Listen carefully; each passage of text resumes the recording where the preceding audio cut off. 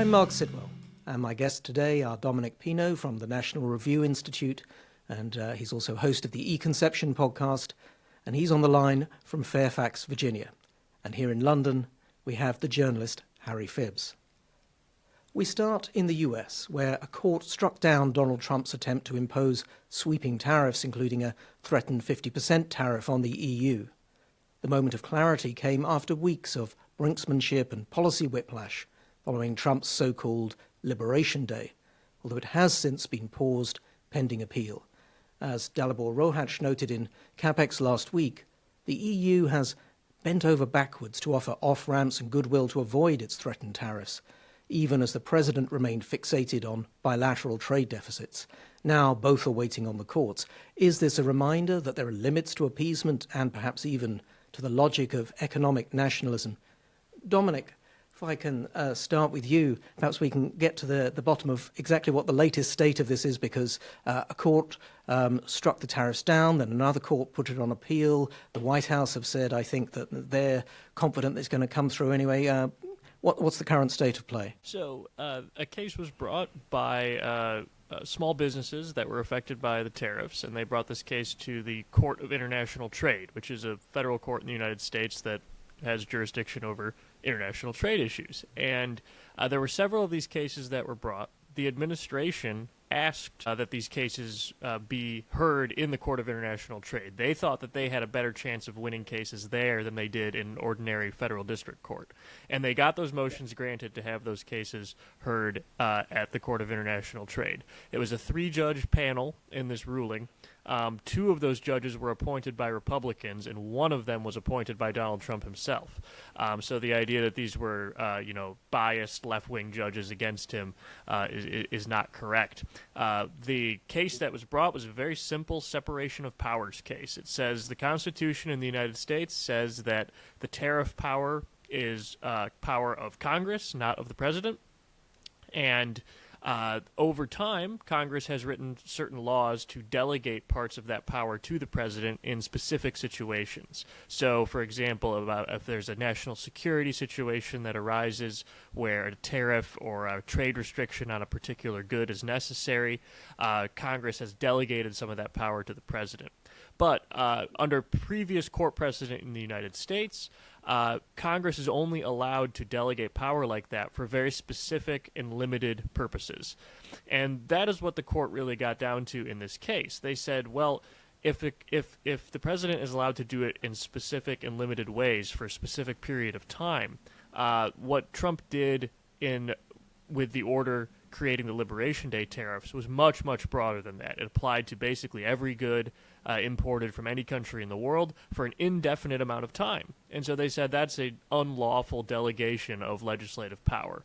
And I think that's a perfectly reasonable assessment of what happened. I think it's perfectly consistent with actually a lot of conservative jurisprudence in the past in the United States that says that Congress should actually be doing more to fulfill its constitutional roles rather than less.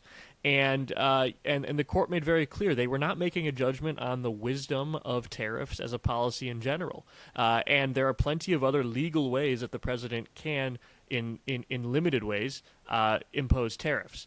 The problem was the scope and the scale of what the president was attempting here, and he was doing so using a different law than past presidents have used, and the law that he was using has never before been used to impose tariffs of any kind. And so I think the court was well within its right here. And what happened, as you mentioned previously, the administration has appealed that decision, and then the Court of Appeals, which is above the Court of International Trade, they said that we're going to temporarily pause that decision until the parties have time to respond. The deadline that they set was actually going to be towards the end of this week, so they're going to move pretty quickly on it. And then after that, it's possible that it could go to the Supreme Court of the United States, and they would probably want to hear it quickly as well. Yes, quickly, but perhaps not quickly enough for anyone who's looking to end the uncertainty over trade policy across the world. You mentioned there, Dominic, other powers that the presidency has, other laws that they can use to try and bring in tariffs, and certainly the Trump administration does seem sort of unbowed in their commitment to trying to bring these in. They don't seem like they're going to go down lightly, and they've already for example, doubled the steel and aluminium tariffs, which are more focused and so perhaps fall under a different remit. Do you think that if they lose this case, which perhaps it sounds like they will, even on appeal, they're going to have other routes by which they can continue the policies they've already started to implement? Yeah, that's definitely right. You know, if you remember in Trump's first term when they imposed tariffs on China and they imposed tariffs on steel and aluminum again in the first term, those were all upheld. Those were all challenged in court as well, but they were upheld because they meet these criteria of being limited and being specific to certain issues. Now, I would still say from an economic point of view that they were poor policy, but according to the courts, they were allowed and constitutional. And we're going to see, I think, a similar thing happen here. Maybe Trump will use those laws a lot more than he did in his first term, but it will still require it will still require them to be specific. And what those laws also require is certain fact-finding periods. They have to review these periodically, write reports about them, demonstrate to Congress, basically, why they are justified. And the law that he was using previously had much lower requirements for all of that stuff. So it's going to require more work from the administration in order to get what they want, but they will still be able to do considerable amounts of tariffs on specific industries and specific countries.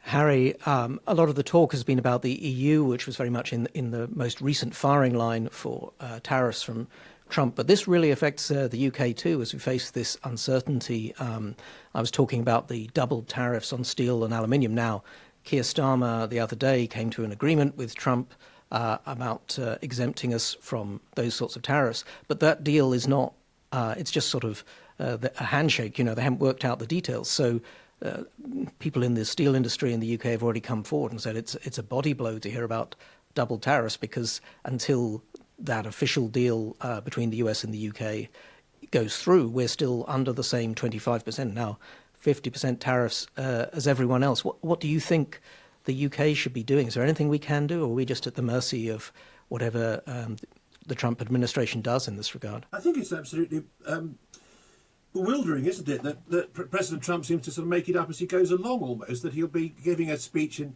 Pittsburgh and think, oh, well, I want to be on the news bulletins and I want to liven up the speech. I don't want to be boring. I know I'll come up with some dramatic announcement. And we thought we had a trade deal on steel, and now this is put into doubt. As you know, I'm a unilateralist on free trade, and I think that's the sensible way, rather than to be dependent on these deals. We just say, look, the rest of the world can do what it likes. As far as we're concerned, we are going to have free trade on imports and have a very strong presumption of that, with one or two exceptions. Obviously, Russia is a bit of a special case. You know, if you're at war with somebody or your allies, but be very basically just very purist on free trade, and that will also help our exporters compete because, of course, real life is complicated. And you have lots of things that you're importing or inputs that exporters benefit, and you just say the rest of the world can do whatever they like. So that is the sensible approach. But I think particularly if you've got the uncertainty of what President Trump is doing. And I remember talking to an American friend before he was elected for the first time in 2016, an American who was voting for Trump. And I said, well, hang on, what about his hostility to free trade? That's a bit of a problem, isn't it?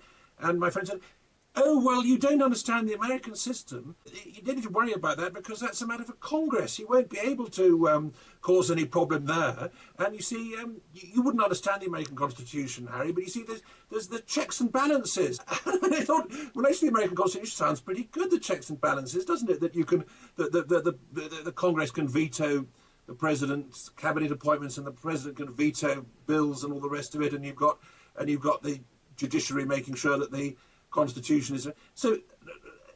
I think what my friend was saying sounds reasonable. That's what should be happening, and let's hope that principle of what the American Constitution is supposed to uphold is asserted. It's easier in ways, isn't it? Because you always, if you're a free trader, then you think yes, let's good for the courts upholding free trade, and if the courts were upholding protectionism, then you wouldn't be quite so keen. So it's easy to be it's easy to be biased in supporting whichever side you're on in terms of the issue, and trying to wrap that up in grand process. But no, I do think the American Constitution should be upheld with checks and balances, and it'll be interesting to see how it plays out.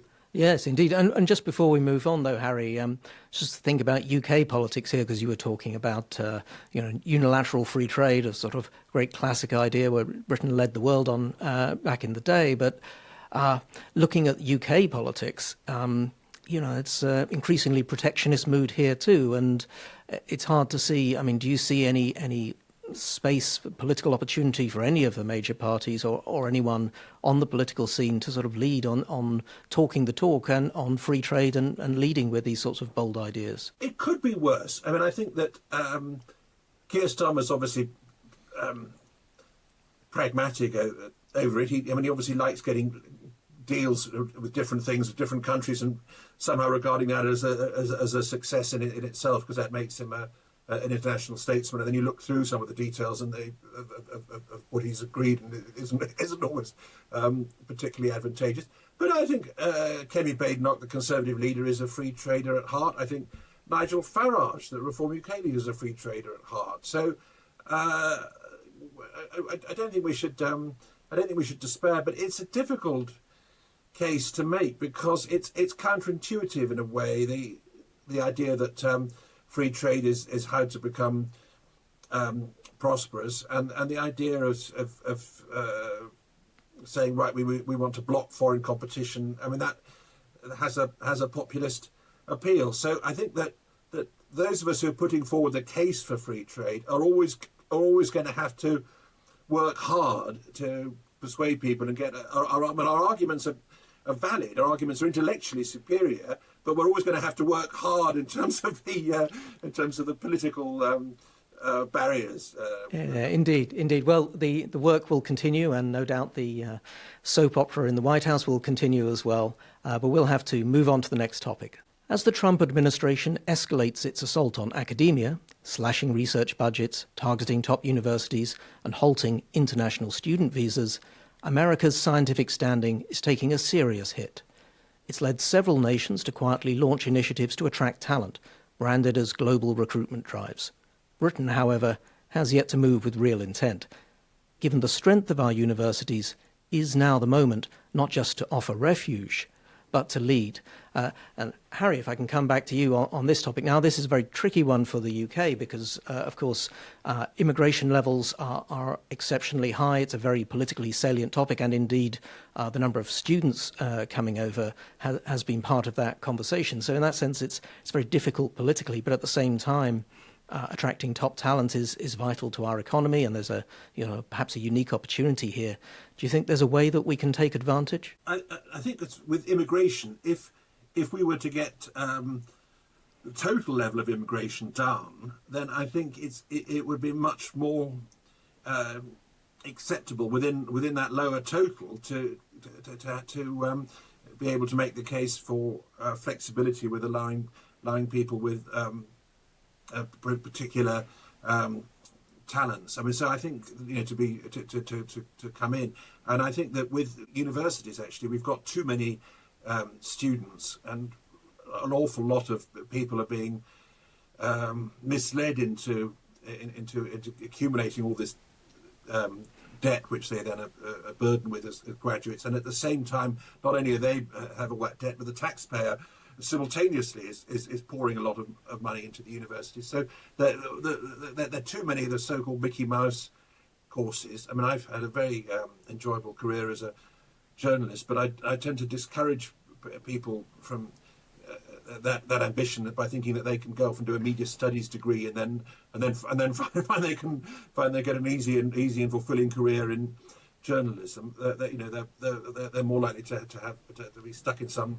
low-paid job, struggling to pay off their student loans. So I think we should have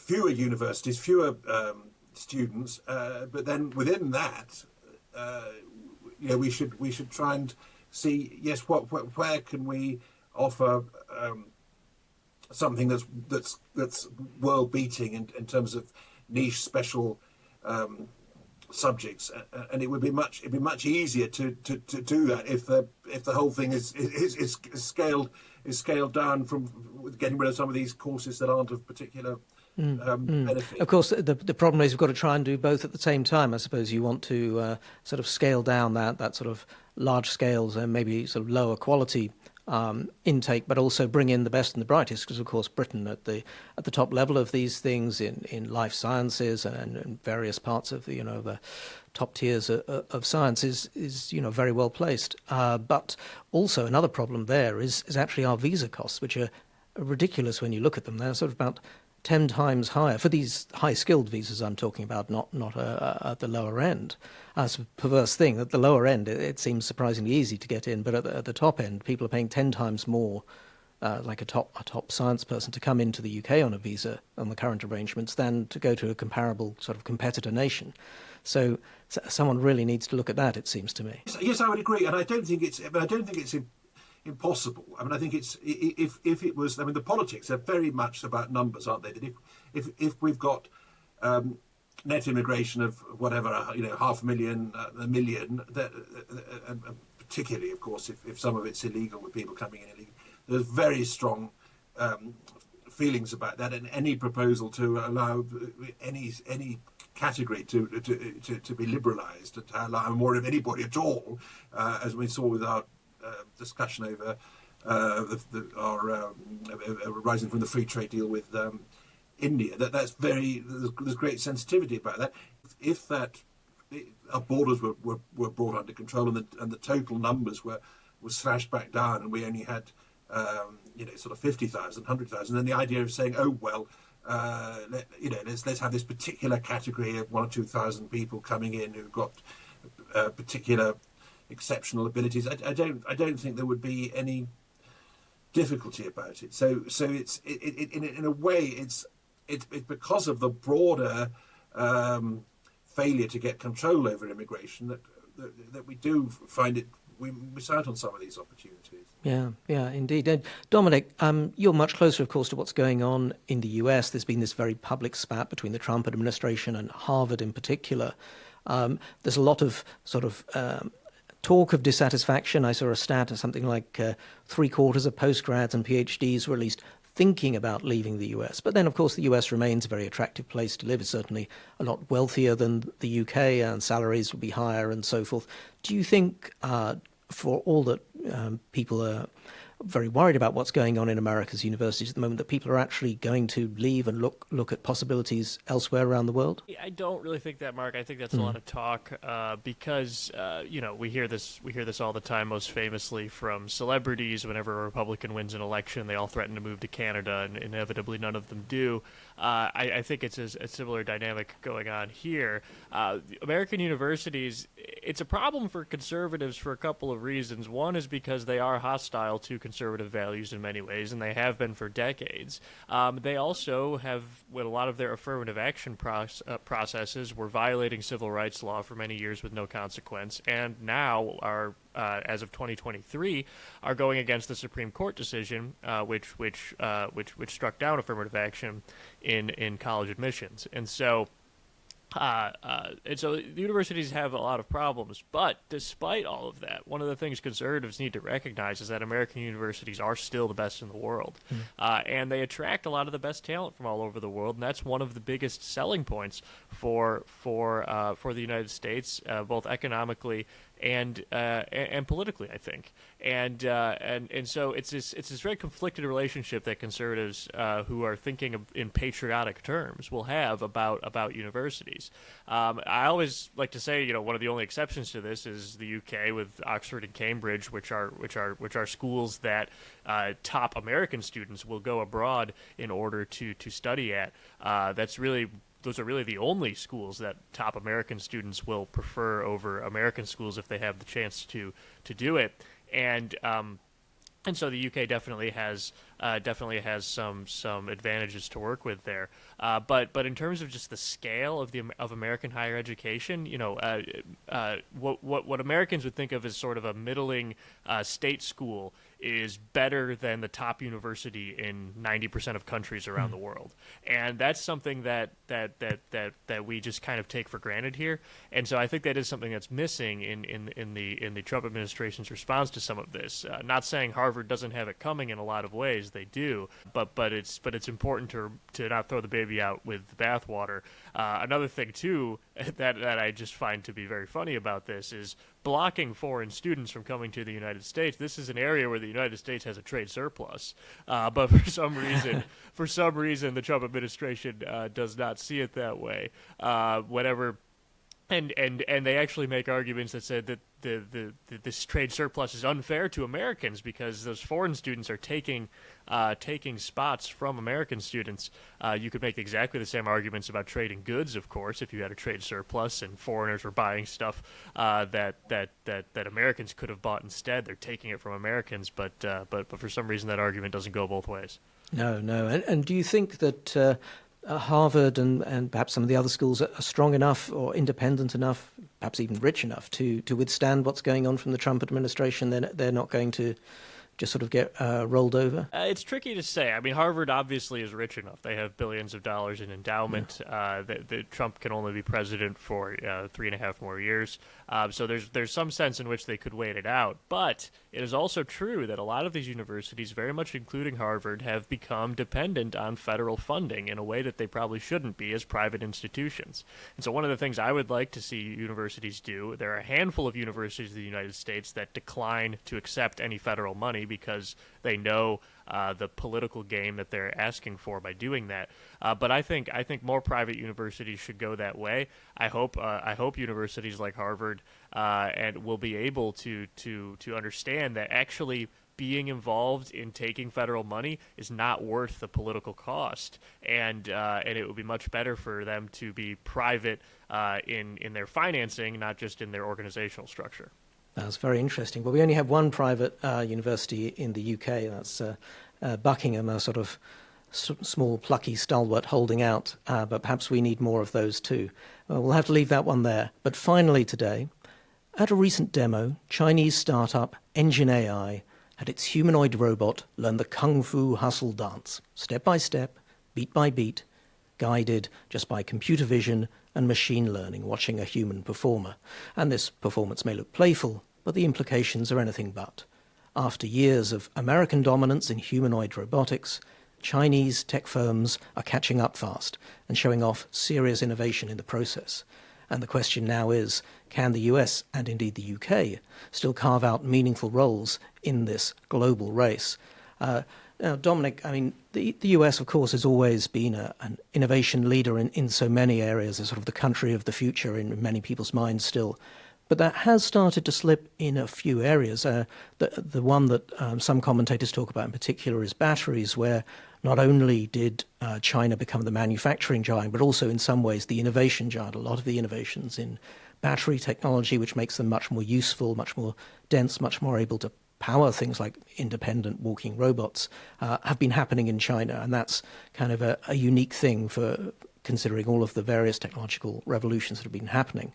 Do you think robotics, which seems like it's going to be one of the important technologies of the future in various forms, whether it's self-driving cars or these sort of domestic robots that walk about, or of course factory robots, do you think that's an area where America can keep its edge, or is it another place where China is at risk of getting ahead? I wouldn't say it's as unique as some of the news coverage makes out. I mean, China for many years has been one of the top producers globally of patents, of scientific research and journal articles and things like that. So it's not exactly a new thing that China is coming up with some top scientific research. I think the difference is whether Chinese businesses will be able to operate freely and be able to actually develop that technology and market it on a global scale. And there, I don't think the chances are very good.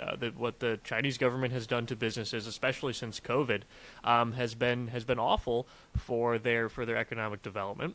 The United States has not been doing that, and so if you look at valuations of we all see valuations of publicly traded companies with the Wall Street Journal just recently had a piece about the estimated valuations of privately held technology companies, and the United States still blows China out of the water even on that as well. And it blows Europe out of the water too, I have to mention. But the U.S. is still the undisputed leader in terms of making these things viable for businesses to operate them profitably, and I think that's going to be the difference in the longer term.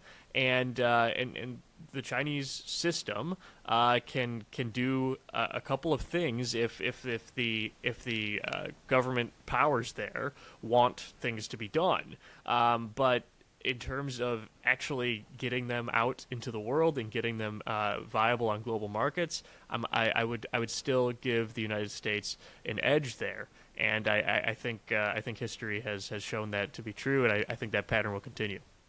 And I suppose we could think about Elon Musk, who may have fallen out with the Trump administration, it seems, in recent weeks. But Elon Musk is one of the key innovators in robotics. He's working on that at Tesla.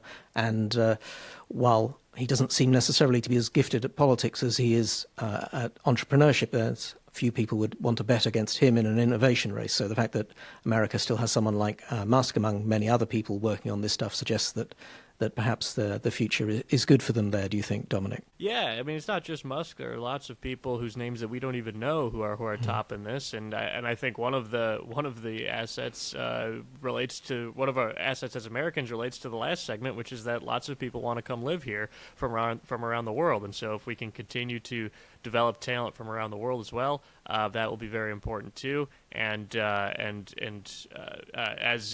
Harry was saying earlier, I think it's absolutely right that American people will be very, very supportive of that, conditional on immigration overall being under control. And I don't think, I think most international polling shows that Americans in general are more open to immigration than a lot of Europeans are, just because of a very different history in the United States, being as a country of immigrants as opposed to European countries. And but all of that's conditional on it actually being well run and on the government being competent to enforce an immigration policy. There's a saying that some of our conservatives have in the U.S. is what should our immigration policy be? It should be to have one. And I think one of the things that we should be looking for is just getting control over immigration in general, and then we can say, let's bring in these top talented people from around the world, because that fits right very well with the America First rah-rah nationalism that characterizes a lot of our politics these days. The fact that the United States is a country that people all around the world are willing to leave their homes to come live in. Yeah, that makes a lot of sense, and certainly applies across both sides of the Atlantic. I mean, Harry, let's just finally turn to the question of this sort of innovation in the UK. I've got to say, I'm quite downbeat. I love the idea of robots and self-driving cars and all these things. They clearly seem very exciting. And again, we were talking earlier about the amazing innovation potential at the top of the UK universities, some of the best in the world. But then I looked this up. The UK has one of the lowest densities of robot use in the world, as in things like factories and so forth. It's part of our enormous problem that we have with productivity. We've even had a kind of reverse automation where, after the financial crisis, the number of automatic car washes we had halved over about 10, 15 years.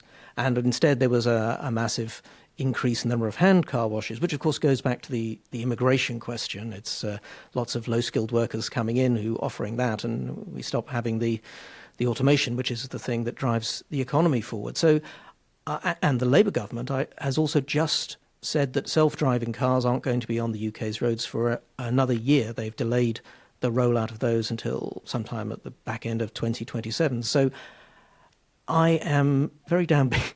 I wish I wasn't on the UK's prospects of being involved in robotics. Do you have a more optimistic take? What's your view on it all? Do you have any crumbs of comfort for me? Don't be downbeat.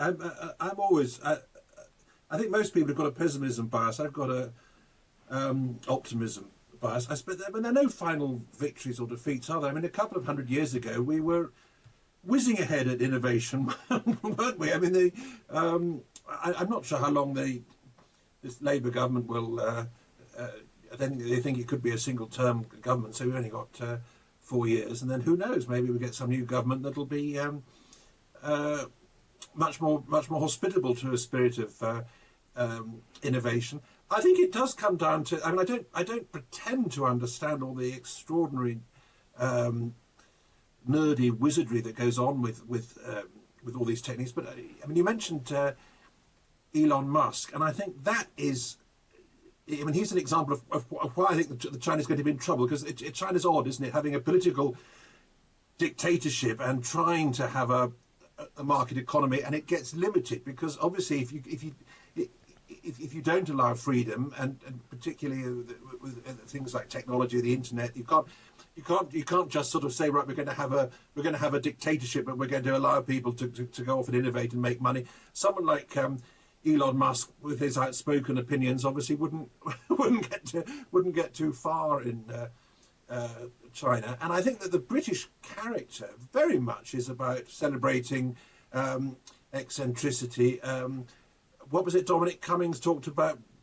He wanted to try and get weirdos and misfits into the government. I think that there's a big state, big government trying to manage all these things inherently fails. I think really all you can do is for the government to have a light touch with regulation, and obviously with Brexit we're in a position to do that should we choose to, and then allow plucky, nerdy, eccentric innovators to come forward and see what they can do, and just try and make the United Kingdom as hospitable as possible. So these geniuses come along, and then the more humble folk, the rest of us, are able to benefit as a result.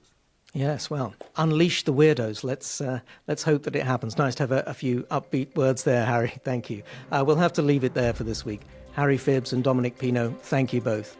Make sure you're subscribed to our daily email briefings. Go to capex.co, that's capx.co, and The Capitalist returns next week. I'm Marc Sidwell. Goodbye.